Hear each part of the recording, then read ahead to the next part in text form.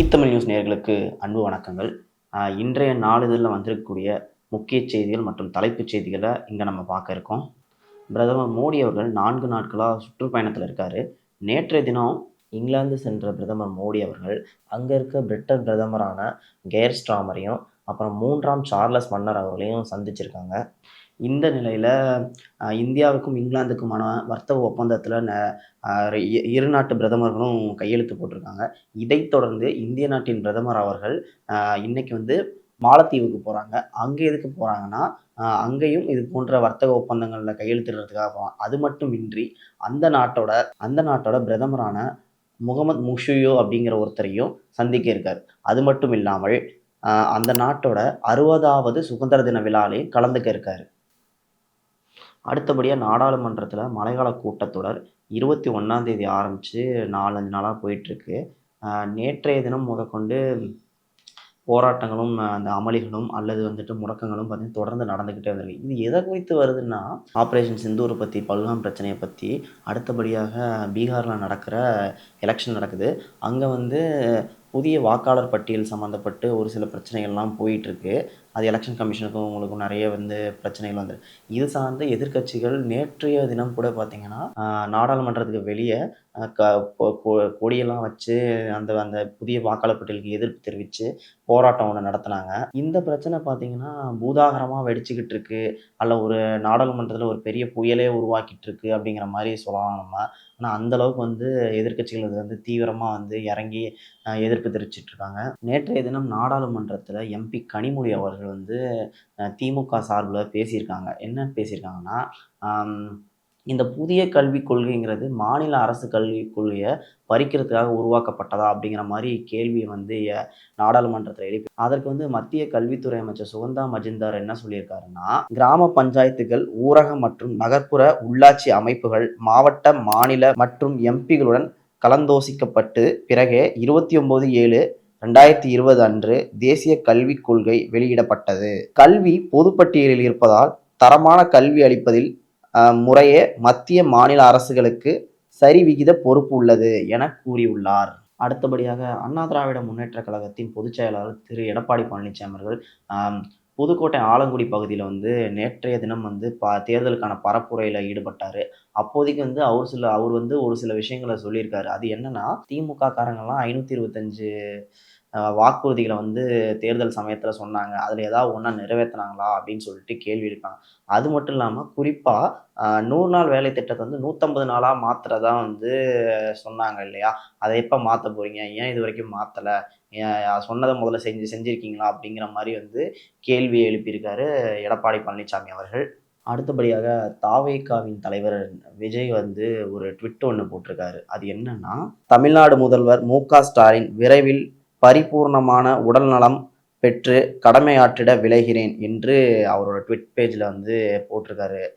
இது வந்து பார்த்தீங்கன்னா, தாவேகாவும் சரி, டிஎம்கேவும் சரி, இதை வந்து ஒரு நல்ல ஒரு வரவேற்பாகவே பார்த்துட்டு இருக்காங்க. அடுத்தபடியான மகளிருக்கான செஸ் உலகக்கோப்பை நடந்துட்டு இருக்கு. இதில் வந்து பார்த்தீங்கன்னா, கொரோனா ஹம்பி அப்படிங்கிறவங்க வந்து அரையிறுதி 8 சுற்றுக்கு நடைபெற்ற நிலையில் அதில் வந்து 5 புள்ளிகளில் பெற்று இறுதிப் போட்டிக்கு கொரோனா ஹம்பி அப்படிங்கிறவங்க வந்து இறுதிப் போட்டியில சக இந்தியரான திவ்யா தேஷ்ரியுடன் விளையாட இருக்காங்க.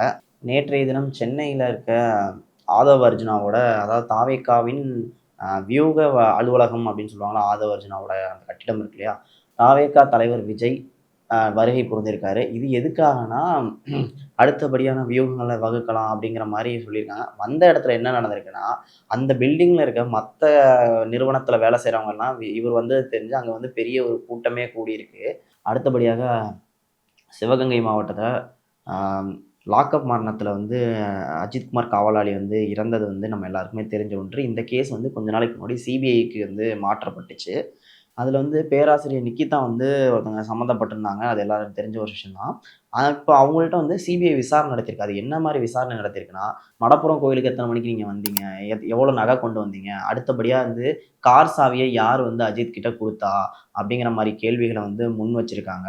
இது தொடர்ந்து எப்படி நிக்கிதாவும் அவங்க தாயாரான சிவகாமி கிட்டயும் பார்த்தீங்கன்னா 3 மணி நேரம் வந்து சிபிஐ வந்து விசாரணை நடத்தியிருக்கதா தகவல் வெளியாயிருக்கு. அடுத்தபடியாக மக்கள் நீதி மய்ய தலைவர் மற்றும் நடிகர் கமல்ஹாசன் அவர்கள் வந்து நேற்றைய தினம் வந்து நாடாளுமன்றத்தில பதவியேற்கிறதுக்காக அ ஏர்போர்ட்லேருந்து கிளம்பி போனாரு. அப்போதைக்கு வந்து ஒரு சில பேட்டிகள வந்து குடுத்திருக்காரு. அப்போ அவர் என்ன சொல்லியிருக்காருன்னா, அந்த பேட்டியில, "இந்தியனாக எனக்கு கொடுக்கப்பட்டிருக்கும் மரியாதை இது. பெருமையோடு செல்கிறேன். நாடாளுமன்றத்தில் கன்னி பேச்சு குறித்து இப்போது சொல்ல முடியாது. உங்கள் வாழ்த்துக்கள் மக்கள் வாழ்த்துக்களுடன் டெல்லி சென்று உறுதிமொழி ஏற்க உள்ளேன்" என கூறியிருக்காரு. நாடாளுமன்றத்தில எம்பியா பதவி ஏற்க போறாரு. அதுக்காக வந்து டெல்லி புறப்படுறதுக்கான சூழ்நிலையில இந்த மாரி விஷயத்த வந்து அவர் சொல்லியிருக்காரு. அடுத்தபடியா ரொம்பவே ஒரு முக்கியமான ஒரு செய்தி. 2018 பீரியட்ல அபிராமின்னு ஒருத்தவங்க அ திருமணம் கடந்த உறவு காரணமா தன்னோட 2 குழந்தைகள வச்சு கொலை பண்ணிட்டாங்க. அதுக்கப்புறம் அவங்க வந்து அ அதுக்கப்புறம் அவங்க வந்து மீனாட்சி சுந்தரம் அப்படிங்கிறவங்க கூட பார்த்தீங்கன்னா, கேரளா செல்லவிருந்த நிலைமையில போலீஸார் வந்து அவங்கள கைது பண்ணி சிறையில அடைச்சாங்க. இது காரணமா இப்போ நேற்றைய தினம் வந்து கோர்ட்ல வந்து இது தீர்ப்பாயிடுச்சு. அது என்ன தீர்ப்பாயிருச்சுன்னா, அபிராமி மற்றும் சுந்தர் 2 பேருக்குமே பார்த்தீங்கன்னா, சாகும் வரை அ ஆயுள் தண்டனை இருக்கும், சிறையில இருக்கணும் அப்படிங்கிற மாரியான தீர்ப்ப வந்து கோர்ட் வந்து சொல்லியிருக்காங்க. இது வந்து சமூக வலைதளத்தில வந்து பெரிய பேச்சு பொருளா மாறிடுச்சு. எல்லாருமே பார்த்தீங்கன்னா, எப்படி சொல்றது, இந்த கோர்ட் குடுத்த தீர்ப்புக்கு வந்து நல்ல ஆதரவு குடுத்துருக்காங்க அப்படின்னு தான் நம்ம சொல்லணும். அம் ஏன்னா ஒரு திருமணம் கடந்த ஒரு உறவுக்காக 2 குழந்தைய கொன்னுட்டு இப்படி பண்றதுங்கிறது ரொம்பவே ஒரு மோசமான ஒரு விஷயம். இது குறித்து அந்த அபிராமி அவர்கள் வந்து கோர்ட்லயே அழுது புலம்பி வந்து ஒரு ஒரு விஷயத்தையே அந்த இடத்துல வந்து கிரியேட் பண்ணாங்க. ஆனாலும் இத வந்து யாருமே ஏத்துக்கவே இல்ல. அப்படிங்கிறது தான் உண்மையான ஒரு விஷயம். அடுத்தபடியாக அதிமுகவின் பொதுச் செயலாளர் எடப்பாடி பழனிசாமியை பற்றிய அம் ஒரு விமர்சனத்த வந்து தமிழ்நாட்டின் துணை முதலமைச்சர் உதயநிதி ஸ்டாலின் அவர்கள் வந்து சொல்லியிருக்காங்க. அது என்னன்னா, அ முக்காடு போடாத முறையாக சென்று பாஜகவுடன் பழனிசாமி கூட்டணி வைத்திருப்பதாக விமர்சனம் வந்து பண்ணியிருக்காரு. அடுத்தபடியாக பாட்டாளி மக்கள் கட்சி சார்ந்த ஒரு செய்தி வந்து வந்திருக்கு.